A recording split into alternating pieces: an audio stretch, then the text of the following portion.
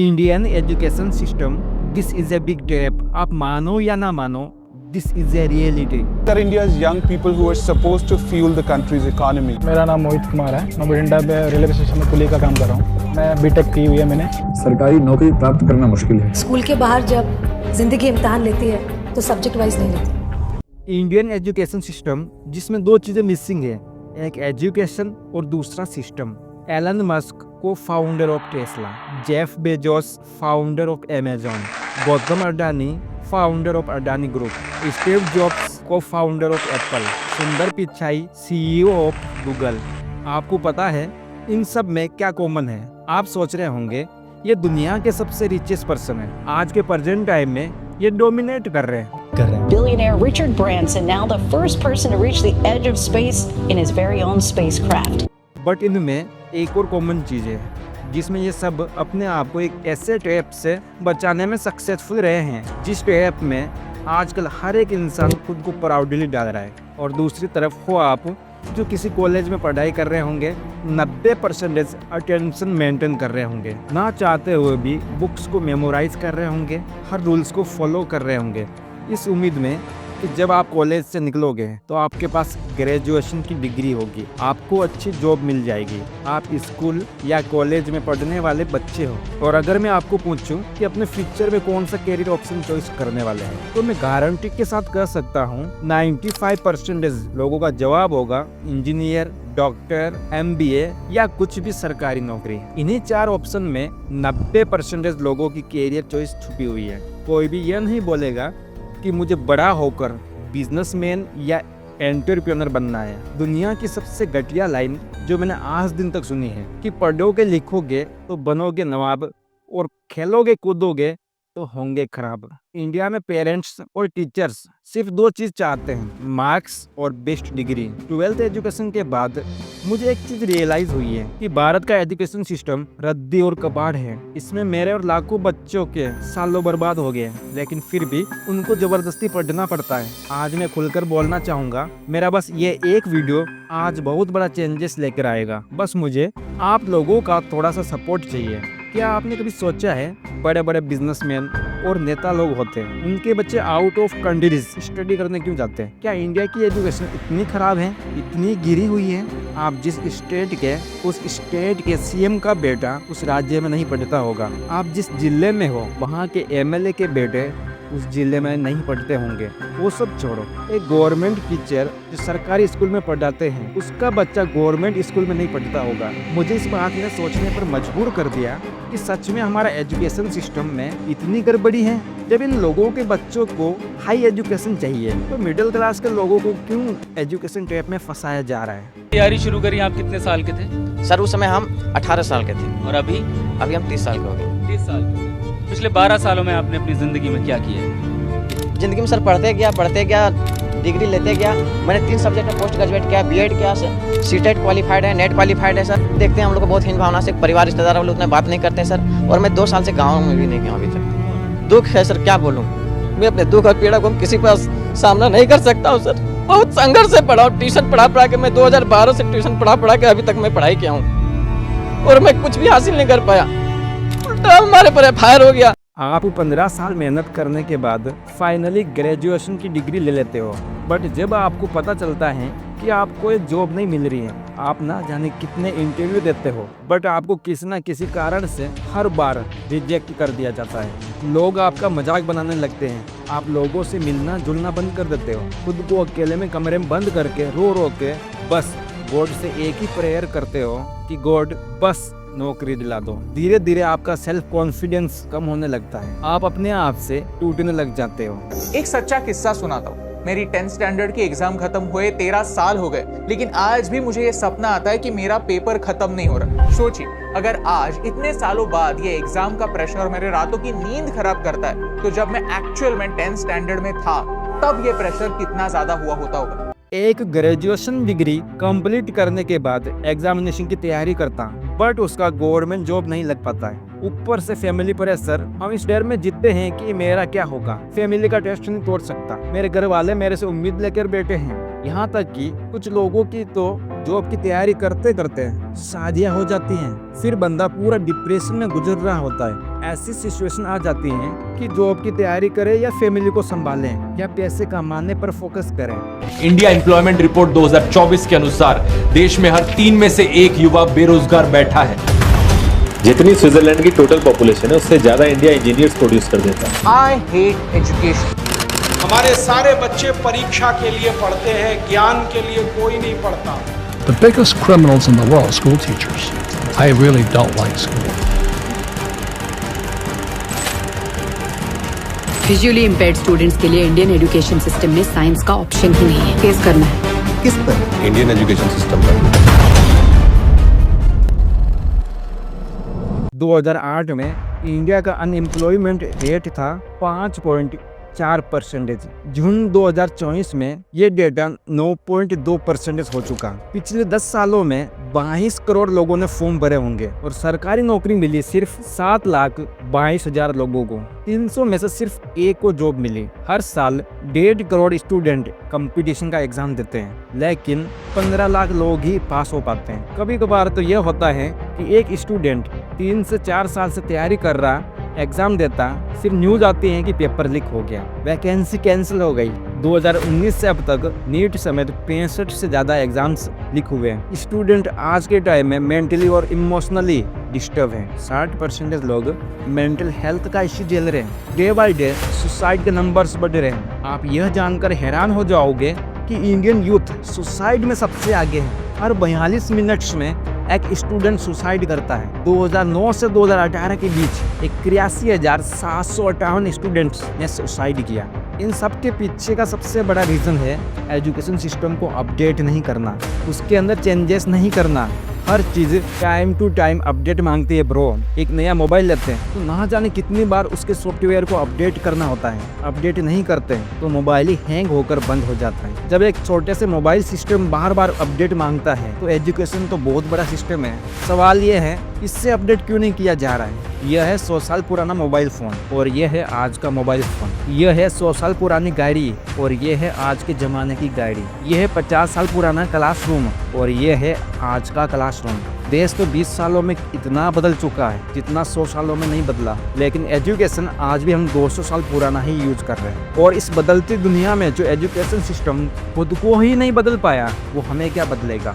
भौतिक वैज्ञानिक Albert Einstein ने एक बार कहा था कि हर एक इंसान जीनियस होता है, बट आप एक मछली को पेड़ पर चढ़ने के आधार पर जज करते हो तो वह मछली अपना पूरा जीवन ये सोचकर बिता देगी कि वो एक मूर्ख थी। हमारा एजुकेशन सिस्टम ना सिर्फ मछली को पेड़ पर चढ़ने को नहीं बोल रहा है, पेड़ से नीचे गिराकर उसे दौड़ने को भी बोल रहा है। सिर्फ मछली ही क्यों, हमारा एजुकेशन सिस्टम हाथी, घोड़ा सबको पेड़ पर चढ़ने को कह रहा है। जो चढ़ गया वो सफल है और जो नहीं चढ़ा वो असफल है। यह बात जानवरों के लिए नहीं थी, स्टूडेंट के लिए थी। आज के टाइम में हर किसी को मार्क्स के बेस पर जज किया जाता है। अगर आपके मार्क्स अच्छे हैं तो आप अच्छे हो, आपके मार्क्स बुरे हैं तो आप बुरे हो। आपके मार्क्स से ही आपकी एबिलिटी चेक की जाती है। मार्क्स अच्छे नहीं है तो अपने खुद के पेरेंट्स भी अपनी औलाद को निठला बोलते हैं कि तू अपनी लाइफ में कुछ नहीं कर सकता। अच्छा रिजल्ट नहीं है तो तेरा कैरियर भी नहीं है। आज के टाइम में इस सोसाइटी का माइंडसेट ही यही बन गया है कि अच्छी डिग्री होगी तभी बंदा कुछ कर पाएगा, बट रियलिटी कुछ और ही है। तो देख लो भाई, अमेरिका में एक ट्रक ड्राइवर है ना, अभी स्लो चल रहा है काम, मंदे में 10 से 12 मतलब इंडिया का मोटा मोटा 10 लाख रुपए कमा रहे हैं। क्यों काम अच्छा चलता है तो 16 लाख रुपए इंडिया के कमा रहे हैं। इतना तो कोई मतलब वहाँ पे डॉक्टर भी नहीं कमा। अपने आप को कंपैरिजन करते हैं कि मेरी एजुकेशन अच्छी नहीं है, मैं अपनी लाइफ में कुछ नहीं कर सकता। या एक पेरेंट अपने बच्चे को स्टोरी सुनाता है कि मैंने मेरी जिंदगी में अच्छी पढ़ाई नहीं की इसलिए पीछे रह गया। ये बड़ी बड़ी डिग्रियां ही लाइफ में इम्पोर्टेंट होती हैं। तो आज विराट कोहली 12th पास है फिर भी वो अपनी लाइफ में सक्सेस है, जो कि नहीं होना चाहिए क्योंकि उसने तो कोई डिग्री ही नहीं कर रखी। धीरूभाई अंबानी जिसने इतनी बड़ी कंपनी खड़ी कर दी, उन्होंने सिर्फ 12th तक पढ़ाई की। अक्षय कुमार जिन्होंने कोई डिग्री पूरी नहीं की। नरेंद्र मोदी इन्होंने भी ज्यादा पढ़ाई नहीं कर रखी फिर भी देश के पीएम है। स्टीव जॉब्स उन्होंने कॉलेज ड्रॉप आउट छोड़ दिया फिर भी उन्होंने एप्पल जैसी सफल कंपनी बनाई। एजुकेशन से भी ज़्यादा इम्पोर्टेंट होता है आपका टैलेंट, आपके स्किल। कोई भी पर्सन स्किल से ही अपनी लाइफ में सक्सेस होता है। सच कहूँ तो आज के टाइम में ज़्यादा पढ़े लिखे लोग ही बेरोजगार के जाल में फंस रहे हैं। मास मीडिया का यहाँ पर बड़ा इम्पैक्ट पड़ता है। हमारे न्यूज़ चैनल भरे पड़े हैं मोस्टली 4 चीज़ों की खबरों से, पॉलिटिक्स, सिनेमा, क्राइम और स्पोर्ट। इन्हीं 4 टाइम की खबरें मोस्टली जनता को दिखाई जाती है। पिछले 3 सालों में इंडियन बड़े बड़े प्राइजेस जीत कर आए हैं। इंडिया में सोनक सेन, जिन्हें बेस्ट डॉक्यूमेंट्री का अवार्ड मिला, कैनस विक्ट्री फैसिलिटी में हिस्सा। यह एक हिस्टोरिकल मूवमेंट था हमारे इंडिया के लिए। लेकिन हमारे इंडिया में इस खबर को चलाने की जगह किस खबर को चलाई गई? ऐश्वर्या राय और दीपिका पादुकोण ने कैनेस फिल्म फेस्टिवल में कैसे कपड़े पहने हुए थे। गीतांजलि श्री को द बुकर प्राइज मिला। बुकर प्राइज में पहुंचने वाली ये पहली इंडियन लैंग्वेज की नोबल थी। लेकिन क्या आपने इस खबर के बारे में सुना? इसके अलावा mathematician doctor Nina Gupta Ramanujan prize जीतने वाली 4थी इंडियन बनी। लेकिन क्या आपने इसके बारे में टीवी पर कोई इंटरव्यू देखे? ऑफ कोर्स, अगर इन खबरों को किसी न्यूज़ पर हाईलाइट किया जाता, इन विनर्स को टीवी पर इंटरव्यू किया जाता, न्यूज़ चैनल पर इनकी बात की जाती, तो और लोग इंस्पायर होते हैं। लेकिन नहीं, न्यूज़ चैनल पर क्या हेडलाइन चलती है? ये वीडियो हो रहा है जमकर वायरल। क्या आपने कभी किसी कौवे को रैंप वॉक करते देखा है? नहीं देखा है तो इस वीडियो पर नजरें गड़ा लीजिए। जिस एजुकेशन सिस्टम को आप बचपन से आंख बंद करके फॉलो करते आ रहे हैं, उस एजुकेशन सिस्टम को बनाया ही इसीलिए गया ताकि आप फेल हो सको। उस एजुकेशन सिस्टम को बनाया ही इसीलिए गया ताकि आप फैक्ट्री वर्कर बन सको। आपको लग रहा होगा मैं बकवास कर रहा हूँ, बट कुछ देर में आपको ये पूरा का पूरा टेप समझ आ जाएगा। अंबानी, विराट कोहली, आमिर खान, नरेंद्र मोदी, ये सब हमारे इस करंट एजुकेशन सिस्टम के ट्रैप में नहीं फंसे। A lot of kids just in school kind of puzzled as to why they're there.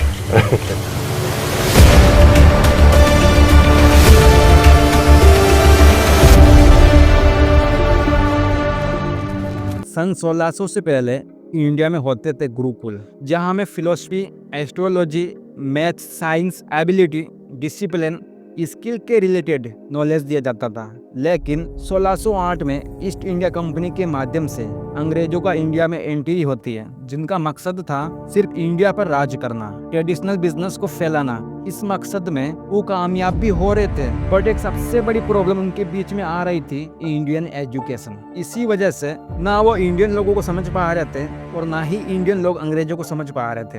तब ब्रिटिश सरकार ने सोचा कि क्यों ना इन इंडियन को एजुकेट किया जाए, इन्हें इतना ही नॉलेज देंगे जितना ये बस गुलाम की तरह हमारे लिए काम करें। उस टाइम अंग्रेजों को बस वर्कर की जरूरत थी। इसी रीजन से लॉर्ड मैकाले ने 1835 में अंग्रेजी को शिक्षा का माध्यम बनाने के लिए अंग्रेजी शिक्षा अधिनियम लागू किया, जिसमें मैथ्स, साइंस को मेन प्रायोरिटी दी गई। अच्छी बात है, बट हमारे पुराने सिस्टम से फिलोसफी, हमारे मॉरल वैल्यूज, एथिक्स और प्रैक्टिकल नॉलेज, जो कि हमारी डेली लाइफ स्टाइल में बहुत ज़रूरी है, इन सारी चीज़ों को हटा दिया गया। और सबसे बड़ा चेंज उन्होंने किया, पूरा एजुकेशन सिस्टम को इंग्लिश में कर दिया। उस टाइम अंग्रेजी भाषा अंग्रेजों से पहले भारत में कभी भी आई नहीं थी। उस वक्त पढ़ना कितना मुश्किल होगा, आप खुद सोचिए। आखिर अंग्रेजों ने ऐसा क्यों किया? उन्हें चाहिए थे वर्कर, उन्हें चाहिए थे स्ट्रॉन्ग माइंडसेट वाले लीडर जो उनके इशारों पर नाच सके, यस सर बोल सके, बस उन्हें सैल्यूट करें, उनसे कोई भी क्वेश्चन ना करें। जैसा एक वर्कर को पूरे दिन फैक्ट्री में काम करना होता है, उसी तरह एक स्टूडेंट को 8 घंटे कमरे में बंद होकर पढ़ना होता है। जिस तरह से फैक्ट्रीज में घंटी लगने और ब्रेक होता है, उसी तरह स्कूल में घंटी लगने पर ब्रेक होता है। अपने मन से कुछ भी नहीं करना है, जो इंटरेक्शन आपको दिया गया है बस उन्हें फॉलो करना है, कोई भी क्वेश्चन आपको नहीं करना है। यह था उनका बनाया हुआ सिस्टम। वो चाहते थे कि कोई भी उनसे एक भी क्वेश्चन ना करें। लेकिन आप इंडियन फिलोसफी, वेद, गीता, इनको उठाकर देखोगे तो अर्जुन ने भगवान श्री कृष्ण से क्वेश्चन कर करके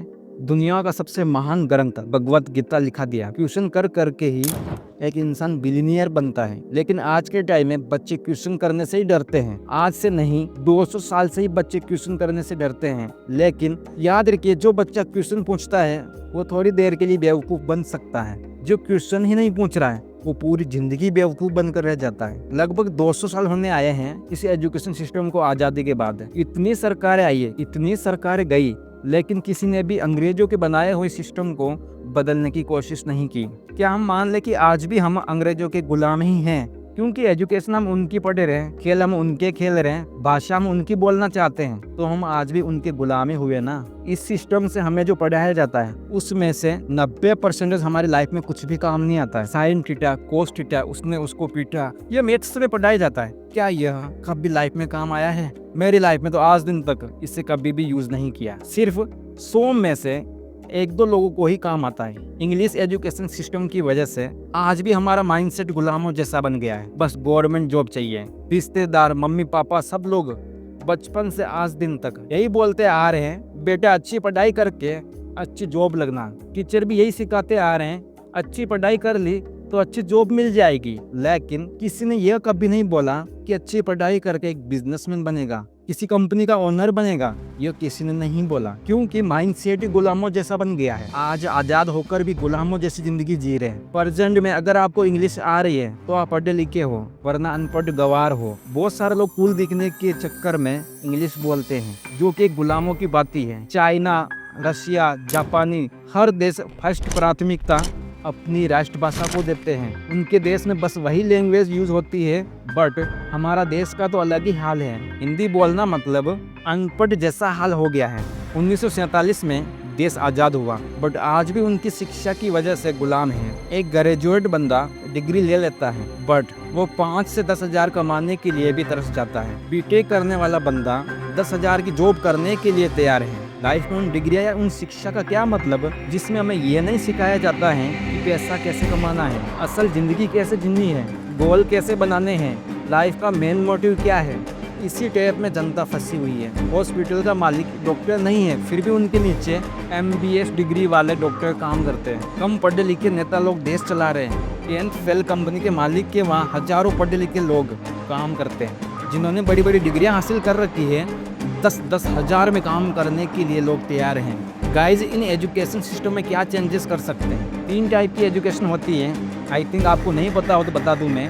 फर्स्ट, बेसिक एजुकेशन, जो हमें 1 से 12वीं तक दी जाती है। सेकंड, प्रोफेशनल एजुकेशन, जो कॉलेज में दी जाती है। Third, financial education. बेसिक और प्रोफेशनल एजुकेशन हर जगह दी जाती है, बट मिडिल क्लास को फाइनेंशियल एजुकेशन कहीं पर भी नहीं मिलती है।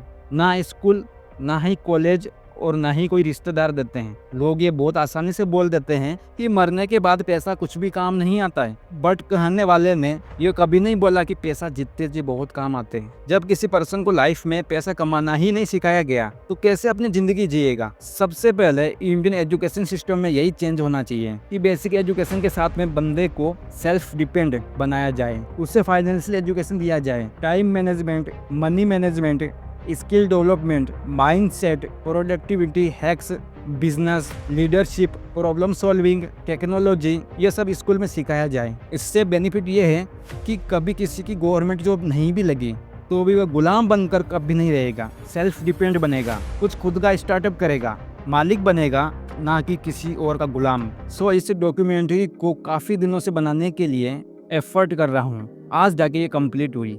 कमेंट में आप अपना ओपिनियन ज़रूर बताइए कि इंडियन एजुकेशन में आपके हिसाब से क्या चेंजेस होना चाहिए। यह किसी एक बंदे से चेंज नहीं होगा, हम सबको मिलकर करना होगा।